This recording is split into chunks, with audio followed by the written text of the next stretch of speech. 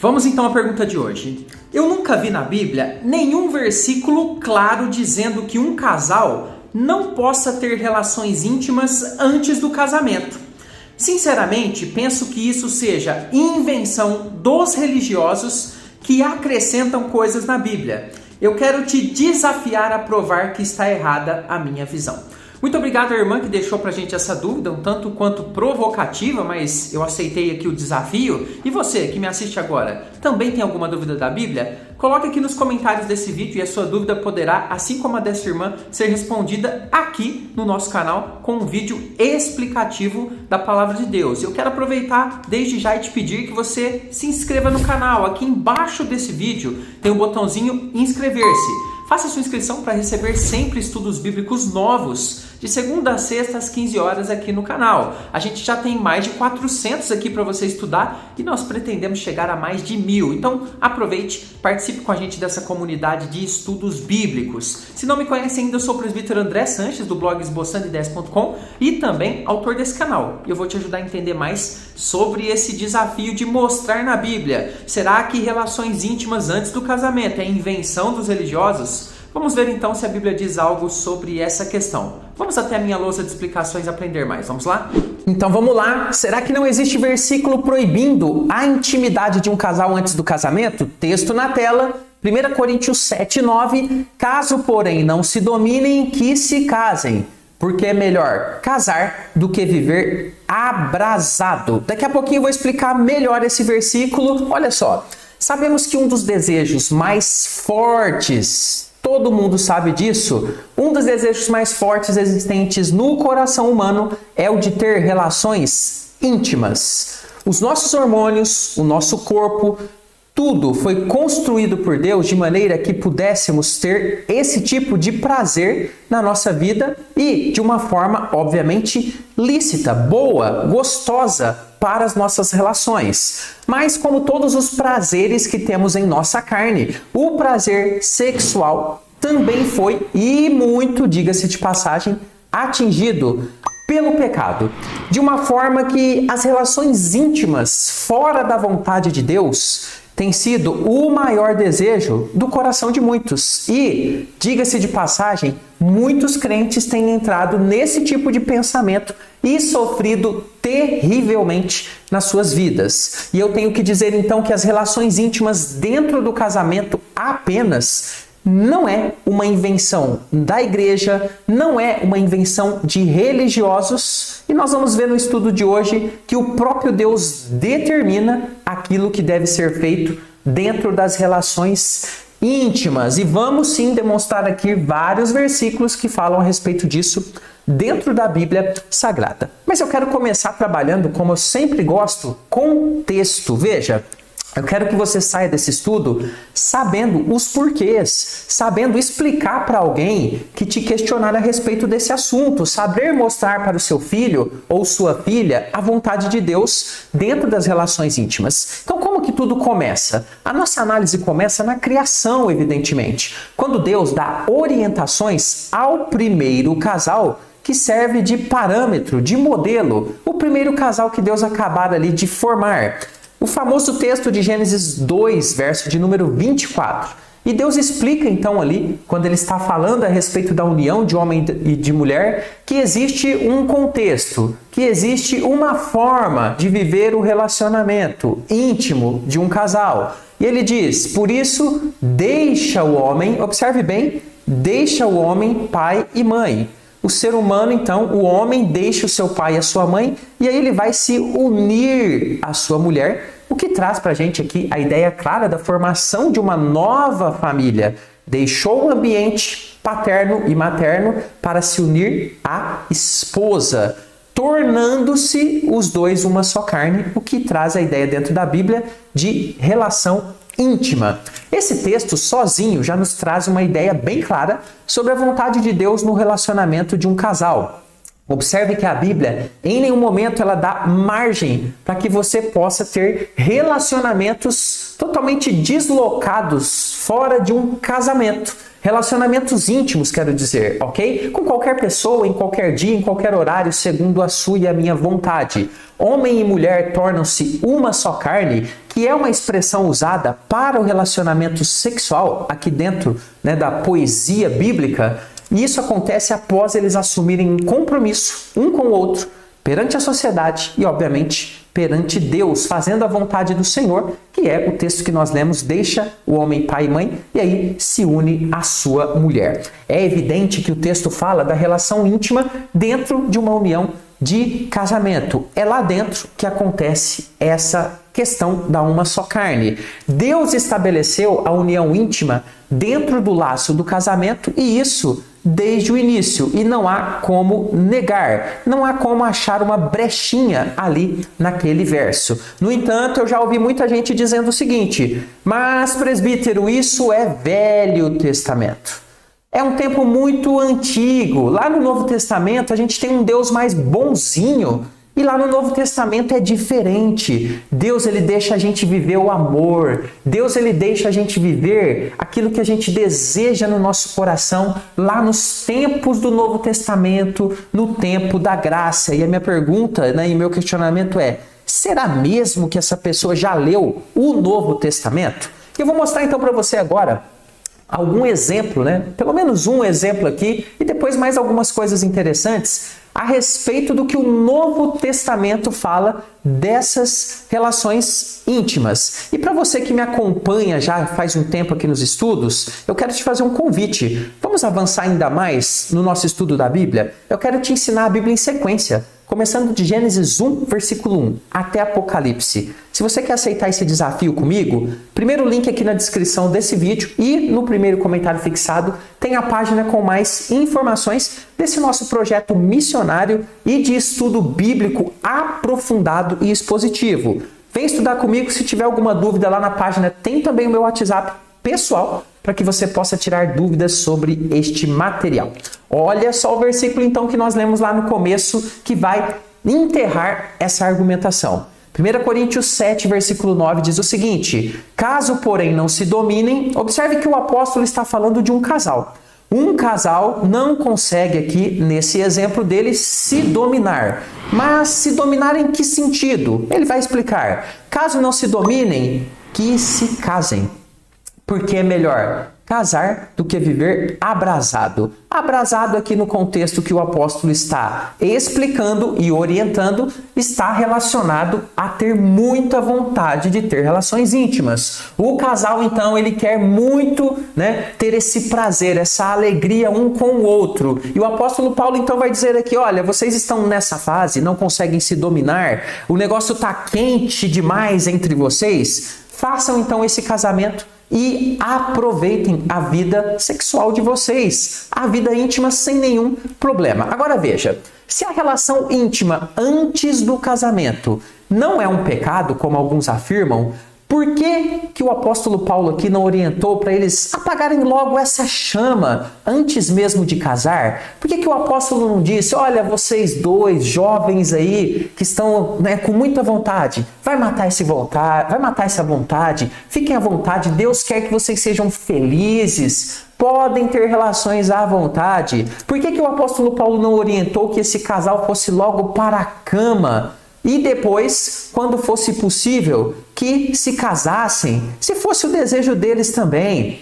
Mas se já matou a vontade, não precisa casar não. Por que o apóstolo não disse isso? Veja, observe que o apóstolo, ele orienta que essa chama, esse desejo íntimo, que é algo comum dentro de um relacionamento do casal, essa vontade de ter relações íntimas, que ela seja saciada ou apagada dentro desse contexto que ele utiliza aqui, apenas após o casamento. Por que o apóstolo manda casar primeiro? Fica claro que é porque é pecado que ela seja apagada antes do casamento. Isso não agrada a Deus. Mas, presbítero, por que não agrada a Deus? Que Deus chato, que Deus complicado. Por que Deus não deixa a gente ser feliz e fazer amor com quem a gente quiser?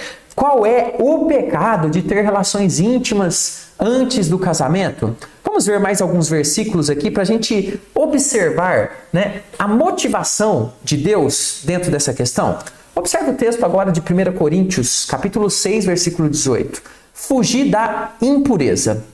Você vai observar que Deus trata os relacionamentos sexuais incorretos, fora do plano dele, como uma impureza. Ou seja, como algo prejudicial, como algo que vai fazer mal e não bem. O ser humano tem uma percepção de que vai fazer bem, mas não faz. Diz o texto que qualquer outro pecado que uma pessoa cometer é fora do corpo, mas aquele que pratica a imoralidade, e eu vou te mostrar que ele está falando aqui, inclusive de relação íntima antes do casamento, esse, diz o apóstolo, peca contra o próprio corpo, ou seja, faz mal a si mesmo. A palavra grega utilizada aqui, ali na palavra impureza, no comecinho do versículo que nós lemos, é a palavra grega porneia.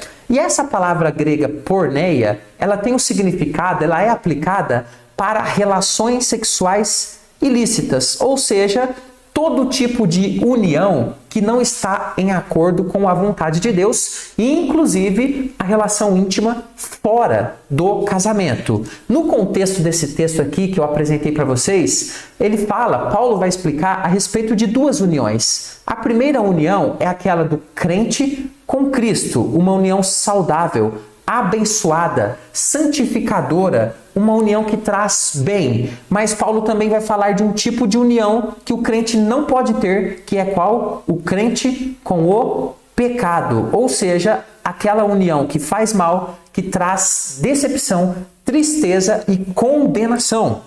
E para exemplificar isso, ele utiliza a união sexual com uma prostituta. Ele utiliza um exemplo, uma hipérbole, um caso bastante extremo para mostrar como que Deus se desagrada desse tipo de atitude. 1 Coríntios 6,16, alguns versículos antes daquele que nós lemos agora há pouco, ele diz o seguinte: ou não sabeis que o homem que se une à prostituta forma um só corpo com ela? Então observe que o apóstolo diz aqui que quando existe a relação íntima de um homem com uma mulher, existe algo que é para dentro do casamento, uma só carne. E esse tipo de união, ele não foi feito para ser exercido fora dos laços do casamento. Os dois, como se diz, serão uma só carne. Então o que o apóstolo está dizendo aqui é que nesse sentido fica bastante claro que nós temos uma menção. Dentre as várias formas de imoralidades sexuais, Paulo está aplicando esse exemplo para mostrar que a relação íntima antes do casamento e as suas outras variações de impureza e imoralidade são coisas que representam um pecado, né, ou vários pecados, e das quais nós devemos sim fugir. Por quê? Porque é oposto à união do crente com Cristo. A união do crente com o pecado leva o crente para longe de Cristo. Não tem condições de manter as duas formas. Agora, presbítero, tem alguma menção positiva dentro da Bíblia Sagrada de relacionamentos fora do casamento, de relação íntima? Alguma vez a Bíblia falou positivamente desse tipo de atitude? Evidentemente que nós não temos nem a mínima, nem uma frase positiva a respeito disso, dizendo que é bom, que não tem problema nenhum, que pode fazer. Não existe menção positiva. Agora observe essa menção que é bastante negativa também. 2 Coríntios 12, 21. E que quando for outra vez, o meu Deus me humilhe perante vós. O apóstolo aqui se enchendo de tristeza por causa da situação de muitos crentes lá em Corinto. E chore eu. Olha o que o apóstolo está falando. Eu vou ter que chorar sobre muitos daqueles que dantes pecaram, ou seja, que já viviam uma vida de pecado, que ouviram o evangelho e ainda não se arrependeram. Do que? Da impureza, prostituição e lascívia que cometeram. Veja, todas essas três palavras aqui são relacionadas ao uso incorreto da sexualidade. Inclusive, essa palavra prostituição aqui, ela vem da mesma raiz que nós utilizamos no versículo anterior. Todas essas palavras destacadas apontam para o uso errado da sexualidade e que é, então, proibido, que é motivo de choro do apóstolo aqui dentro das suas orientações àquela igreja. Por que ele chora? Porque ele tem esse sentimento? porque ele sabe a tristeza, a dor, a condenação, as doenças que essas pessoas vão viver em suas vidas. Observe a ênfase no uso de 3 palavras diferentes para enquadrar tais práticas. Sabe o que isso significa? Mostra uma preocupação grande com os abusos praticados na área sexual ali naquela igreja por muitos e o quanto elas desagradam a Deus e, claro, o quanto elas trazem de condenação. E claro, eu não poderia deixar aqui de trazer o que a Bíblia menciona de positivo dentro da intimidade de um casal, para que fique bastante amarradinho e bastante claro dentro de todo esse contexto. A menção positiva que nós temos dentro da Bíblia, o incentivo que nós vemos na palavra de Deus é ao casamento. Exatamente, é ao casamento. Por mais que alguns torçam o nariz, o casamento é descrito positivamente como algo vindo de Deus para a bênção do ser humano e que, se o ser humano utiliza da forma correta, sacia os seus desejos que o próprio Deus colocou ali e também traz paz, alegria e um monte de coisas positivas que vem do próprio Deus para dentro de uma união que ele abençoa e que ele criou. O uso da sexualidade é abençoado apenas dentro dele, do matrimônio. Hebreus capítulo 13, versículo 4. Digno de honra. Olha que interessante. Honrem entre todos o que? O matrimônio, bem como o leito sem mácula. O que significa isso? As relações íntimas sendo praticadas do jeito correto, sem estarem maculadas ali pelo maligno, pelo erro, pelo pecado. Porque diz a Bíblia que Deus julgará os impuros e adúlteros. A palavra impuro aqui é da mesma raiz que nós estudamos lá em Corinto. Vem de pornos, que vem também a palavra porneia. A ideia é clara: relações íntimas que não são bênção, que não são aprovadas por Deus. Deus julgará quem segue a vida dessa forma sem ouvir as suas orientações. Então observe que o casamento é digno de honra. E as outras formas de união que são desonrosas, que desagradam ao Senhor, é claramente apontado então aqui dentro do texto bíblico como algo ruim e que trará julgamento. Deus julgará impuros e adúlteros, que traem as suas esposas ou esposas que traem os seus maridos. Assim, eu vejo que está cristalino como a Bíblia demonstra a vontade de Deus para a intimidade de um casal. Veja, essa intimidade não é determinada pelo que o homem acha que é certo. Ah, mas eu faço o que eu quero. Sim, pode fazer o que você quiser. O homem pode fazer as suas escolhas, mas haverá julgamento, responsabilização. Deus não é homem para que minta. Deus não está brincando quando ele fala qual é o caminho certo e qual é o caminho errado. O que é determinado como certo é o que Deus determinou em sua criação. Quem não aceita isso, infelizmente, sofre muito no caminho do erro. Pode até ter alguns minutos, horas de prazer na sua vida, só que esse prazer se transformará em pura dor, porque os caminhos longe de Deus parecem direitos para muitos, mas ao final, como diz Provérbios, são caminhos de morte. Mas eu tenho certeza que muitos têm ainda essa dúvida sobre esse tema. Por que Deus permitiu então que homens como Abraão, Jacó, Davi, Salomão tivessem várias mulheres? Isso também não é errado? Eu vou explicar tudo isso nesse próximo vídeo. Dê o play nesse vídeo e amplie ainda mais o seu conhecimento a respeito dessas relações íntimas que a gente vê dentro da palavra de Deus. Te espero nesse vídeo. Até a próxima. Fica com Jesus.